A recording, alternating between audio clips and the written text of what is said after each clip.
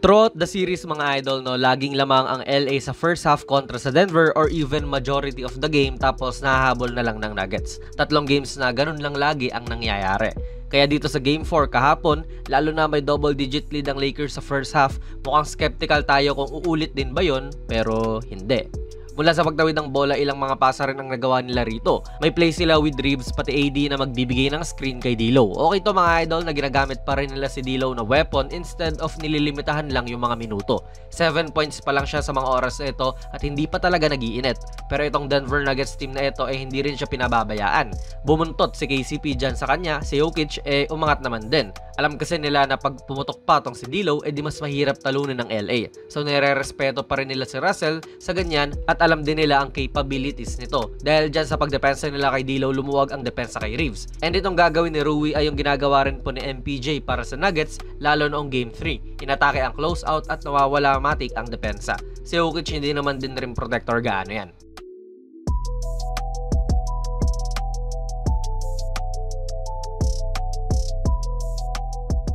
Pinapawork talaga nila si Jokic sa depensa, same play lang to pero involved na si LeBron. And ganyan pa rin ang depensa ng Nuggets, aangatan ni Jokic si D'Lo dyan. Actually, pwede pa kang i-extend ng LA yung play na ito at itong si AD ay pwede rin pong magbigay ng pick kay AR dyan para makaangat siya. Since si Jokic naman ay busy ngayon. Pero ayan, mula sa pag-angat nga po ni Jokic ay balik naman siya kay AD. Sabay hinihingi niya rin ang bola dito sa gitna at tinetesting kung pwede ba siyang mapasahan. At ayan na naman mga idol, no, umangat muli si Jokic this time kay LeBron naman. At sinulit ni LeBron to hanggang sa hindi na makabalik si Jokic doon sa tao niya.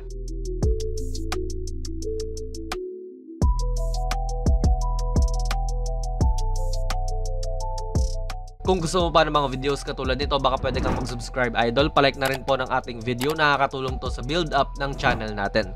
Throughout din naman sa buong serye mga idol, nakita natin si AD na ina-attack ang depensa ni Jokic tulad dito. May bump pa nga si Jokic dyan pero na-outplay naman niya rin. 15 na ulit ang lamang.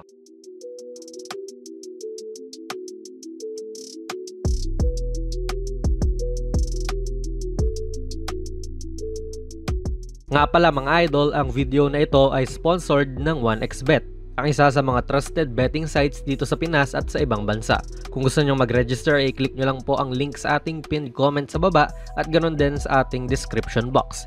I-type nyo na rin ang ating promo code na JONASPB at maaari kang makakuha ng up to 12,000 pesos na bonus points sa inyong unang deposit. Maaari kang mag-bet sa mga sporting events like NBA, UFC, Wimbledon at marami pa pong ibang sports. Siguraduhin lang syempre na maging responsable sa inyong pag-bet.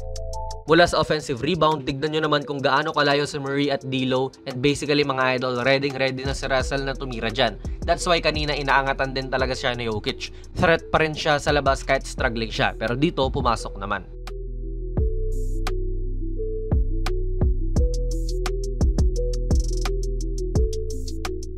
Since ganito nga po idol yung ginagawang depensa ng Nuggets, yung aangat si Jokic para mas stop yung guard na tumira o umatake, sinakyan na lang din po na LA. Syempre, si AD libre na. So hindi naman siguro problema sa Nuggets yun kasi nga andyan si Gordon at handa naman yan sa mga bungguan. Kita nyo nga tumapat si Gordon dyan kay AD. And itong ginagawa ni LeBron, yan din po yung ginagawa ni Gordon para sa kanyang team.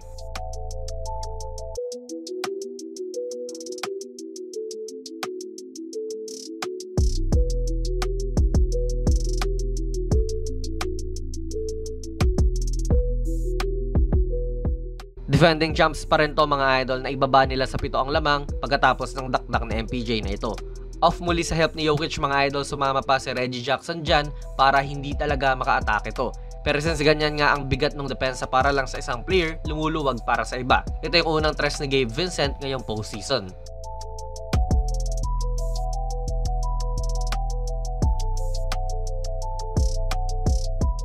Again mga idol, this series bago ang laro na ito, 30.8% lang ang average ni D'Lo sa tres. Hindi talaga yan maganda kung ikukumpara mo sa 41.5% na in-average niya noong regular season. Mahirap pa rin siyang iwanang libre at dito pinagbayad niya yung Nuggets. Dito nga kahit may defender sa harap, na ipapasok niya. Bihira din mga idol this game 4 yung ganitong inverted pick and roll ng Lakers with LeBron na ball handler tapos gwardiya ang nagbibigay ng screen. Diba si Jokic kanina laging umaangat sa pick? Dito si Murray tila hindi niya alam kung ano ang dapat niyang gawin.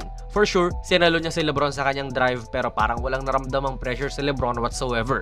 nakascore kagad siya.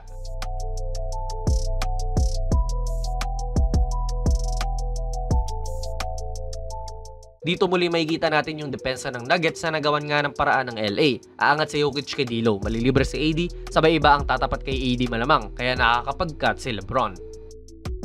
Now, nagbago bigla si Jokic mga idol, heto ngang nag-drop cover na siya at hindi umaangat. Kita nyo, nagbabackpedal si Jokic habang dumadaan sa pick si D'Lo. At nabasa rin po agad ni D'Lo yon. Kanina ayaw siyang papasukin, ngayon naman hinayaan siya. So, pinasok talaga niya.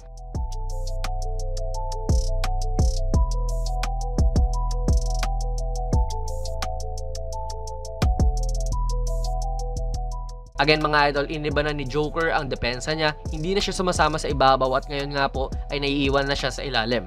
Drop cover nga. So inaabangan ni Jokic si D'Lo sa loob, si Gordon inaabangan naman si AD sa loob kung mapapasahan to. Nakikita rin ng Nuggets si D'Lo bilang weapon talaga offensively, pinapahandle ng LA ng opensa si Russell at nakaka-execute naman siya na maganda.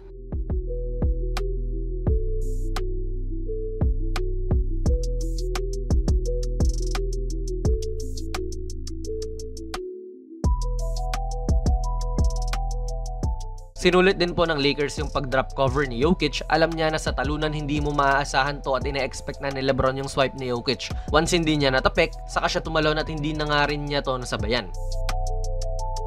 Bali yan mga idol, kung ang Denver ay nakakagawa ng advantage talaga pag sila ang nasa opensa, this game, pinakita rin po ng Lakers na kaya rin nilang gawin yon. Solid yung salita ni D'Lo at LeBron sa pagpapatakbo ng mga plays nila. Si AD bilang ultimate threat din kasi siya lagi yung sumasalo ng mabigat na depensa at rotations ng Nuggets. Nag-click din talaga offensively si D'Lo, and para makabalik sa serye itong LA, dapat ganitong klaseng offensive production talaga ang naibibigay niya bawat game. Ano po masasabi niyo sa video natin ngayon? Ilagay niyo lang po ang inyong mga komento sa ating comment section sa baba. Plug na rin natin ang ating very first merch mga idol. Ako ang nag-design itong Kobe Vintage shirt. $689 lang yan mga idol at ayan po ang nilalaman kapag bumili ka. PM lang kayo sa ating Facebook page. Pwede rin kayo mag-check out sa TikTok shop. Kung nagustuhan niyo po ang ating video ay pipindot na lang idol ng like button. Mag-subscribe ka na rin sa ating channel. At ako nga pala si Jonas PB, and as always, hanggang sa muli.